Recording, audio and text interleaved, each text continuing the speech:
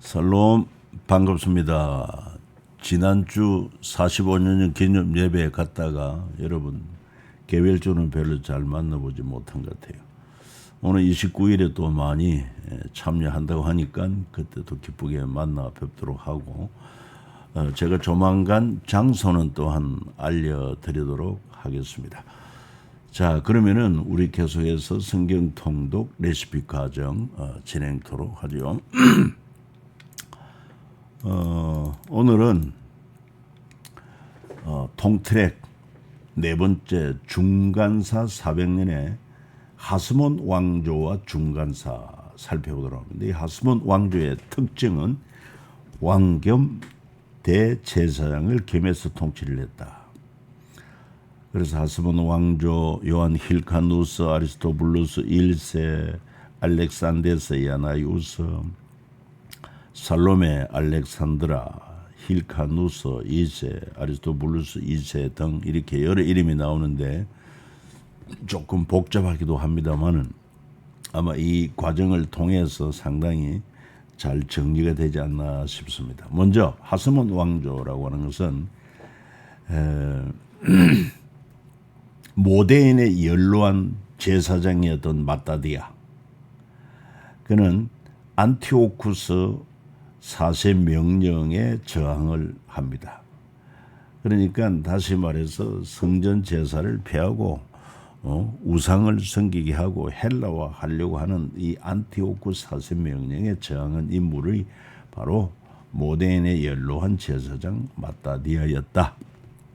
그에게는 아들이 5 있었는데 첫째 요한, 둘째 시몬, 그 다음 유다 마카비, 넷째 엘르아살, 5째 요나단 이렇게 있었습니다. 이 마따디아에 의해서 유다 아들 마카비 때 예루살렘 성전을 되찾아 깨끗게 하고 수전제를 이루어지게 되었죠. 그 다음에 이제 또 그 아들 그 형제 요나단은 유다 사막에서 게릴라전을 이끌고 또 형제 시몬은 유대를 독립국가로 세운 인물이다. 그래서 이 시몬과 그 아들 요한 힐카누스부터 하스몬 왕조라 이렇게 읽게 되었다. 그리고 하스몬 왕조의 특징은 왕과 대제사장직을 겸했다는 것을 기억하면 좋겠습니다. 마카비 가문과 하스몬 왕조에 대해서 살펴보면은 이 하스몬이라고 하는 것은 마카비 가문의 성씨를 이끌고 있다 기억하면 되겠습니다. 자, 먼저 마따디아에 의해서 아들들 마카비, 그 다음에 요나단, 시몬, 요 별표는 제사장이 되었다는 것을 의미합니다. 그 다음에 시몬의 아들 요한 힐카누스, 그때부터 제사장과 왕으로서 통치를 했고, 그 다음에 또 그 아들 아리스토블루스 역시 제사장 왕을 겸했고, 그 다음에 쭉 내려와서 알렉산더 야나이우스, 이거는 아리스토블루스의 형제인데 역시 형이 죽고 난 후에 제사장 왕을 겸했고, 그 다음에 살로메 알렉산드라 여왕입니다. 원래 아리스토블루스의 아내였습니다마는 왕이 일찍 죽고 난 후에 계대법에 의해서 그 왕의 형제들인 나이 많은 알렉산더 야나이우스와 결혼한 후에 또 이 야나이우스도 죽고 난 후에 왕위를 알렉산드라에게 물려줌으로 여왕이 된 것이죠. 그 다음에 힐카누스 2세 아들입니다. 그 다음에 또 아리스토블루스 2세.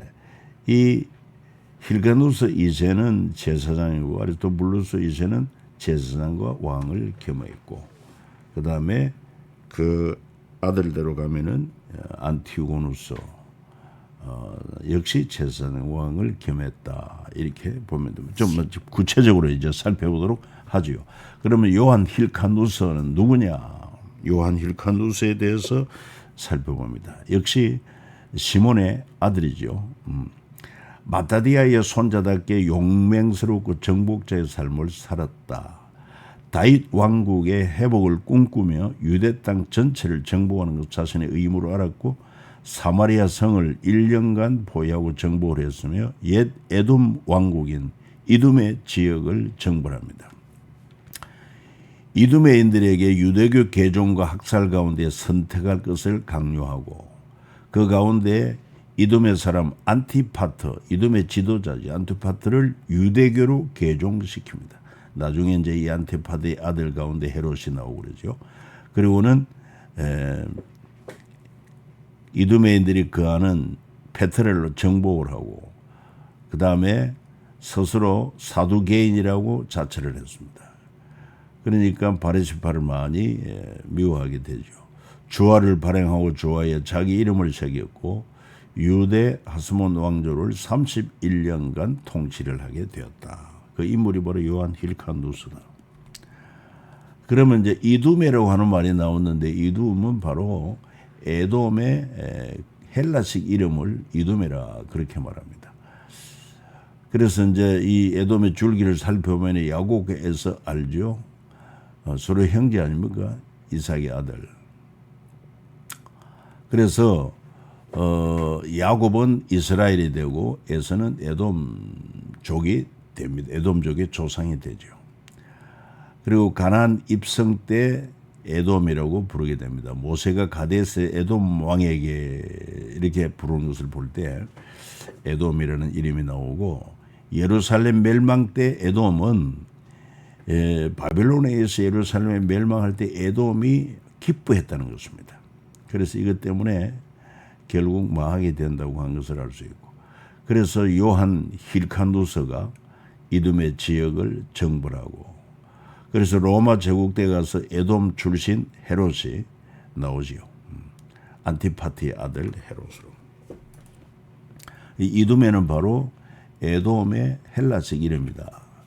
자, 세 번째, 이제 아리스토블루스 1세에 대해서 우리가 살펴보고자 합니다. 요한 힐카누스의 아들 가운데 먼저 아리스토블루스 1세. 이는 어머니와 3명의 동생을 감옥에 가두고 왕이 되었습니다. 아마 왕위 문제 때문에 좀 갈등이 있었던 것 같습니다. 그리고 넷째 동생을 살해했습니다. 하스몬 왕가에서 공식적으로 왕의称호를 사용한 첫 번째 왕이라고 볼 수가 있습니다. 헬레니즘 애호가 필헬레네라는 별명을 가졌습니다. 굉장히 헬라어를 동경했다고 합니다. 그리고 넷째 동생을 죽인 죄책감으로 죄의 1년 만에 창자가 썩어 들어가 피를 토하는 고통 가운데 죽었다고 합니다. 자, 여기서 이제 그 아내 살로메 알렉산드라가 나오는데 여왕이 되기 전에 그는 아리스토블루스 1세 아내였습니다. 남편이 죽자 감옥에 갇혀있던 3명의 시동생을 풀어주고 그중 가장 나이 많은 그 형제, 그러니까 이 아리스토블루스의 형제 알렉산데스 야나이우스와 결혼하게 됩니다. 그래서 알렉산데스 야나이우스가 왕이 되는 것은 문제가 없었는데 대제사장은 과부와 결혼해서는 안 되는 율법 조항 때문에 유대 백성에게 지지를 받지 못하게 됩니다. 자, 그래서 이제 네 번째로 알렉산데스 야나이우스를 우리가 살펴봅니다. 앞서 말한 것처럼 홀로 된 형수 살로메 알렉산더로 결혼하게 되죠. 이거는 문제 없습니다. 계대법에 따라서. 그리고 자신을 대제사장으로 인정하지 않는 유대인들, 주로 바리새파였죠. 800명을 십자가에 매달아 죽입니다. 그러니까 가보와 결혼했으니까 안 된다는 거죠. 그럼에도 불구하고 권력으로 바리새파 유대인을 800명이나 십자가에 매달아 죽였다. 그리고 8,000명의 유대인들이 알렉산데스 야나이우스를 피해 도망을 했습니다. 얼마나 어려웠습니까? 혼란 중에 있었죠. 그러나 그는 또한 군주로서 다윗 시대만큼 영토를 확장하고 그리고는 그가 죽게 되었을 때 살로메 알렉산드르에게 왕위를 물려주고 31년간 통치를 마치고 죽습니다. 그러니까 한때는 자기의 형수였던 알렉산드라, 그리고 그 형이 죽고 나서 자기와 결혼한 알렉산드라에게 왕위를 물려줬다. 자, 알렉산데스 야나이우스의 결혼을 우리가 또 살펴봅시다. 그는 홀로돈 행세, 즉 아리스토블루스 1세 아내였지요. 살로메 알렉산드라와 결혼을 했고, 알렉산데스 야나이우스가 초막절에 나타나자 유대 백성들이 초막절을 위해 들고 있던 올리브 나무 가지를 던지고 야유를 합니다. 위험에 빠진 야나이우스는 곧 군사를 불러 난동을 지라하며 수백 명의 백성을 학살하고, 바리새파들이 시리아의 도움을 요청하자 막상 시리아 군대가 오자 또다시 나를 잃지 않기 위해 사두개파와 협력하여 나라를 지킵니다.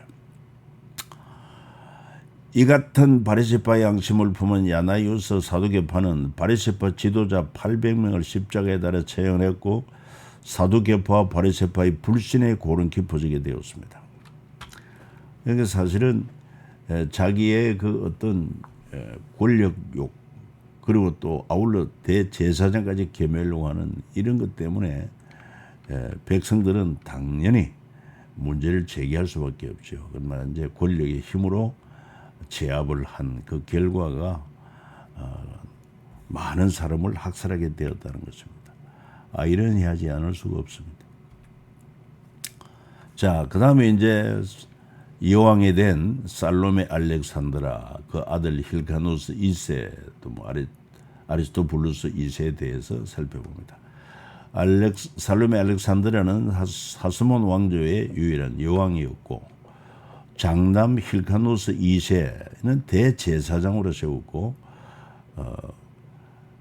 9년 제위하고 73세 죽을 때 아리스토블루스 2세가 왕으로 세우는데, 이 여왕이 죽고 나니까 또 형제간에 또 이렇게 정권 다툼이 있었습니다.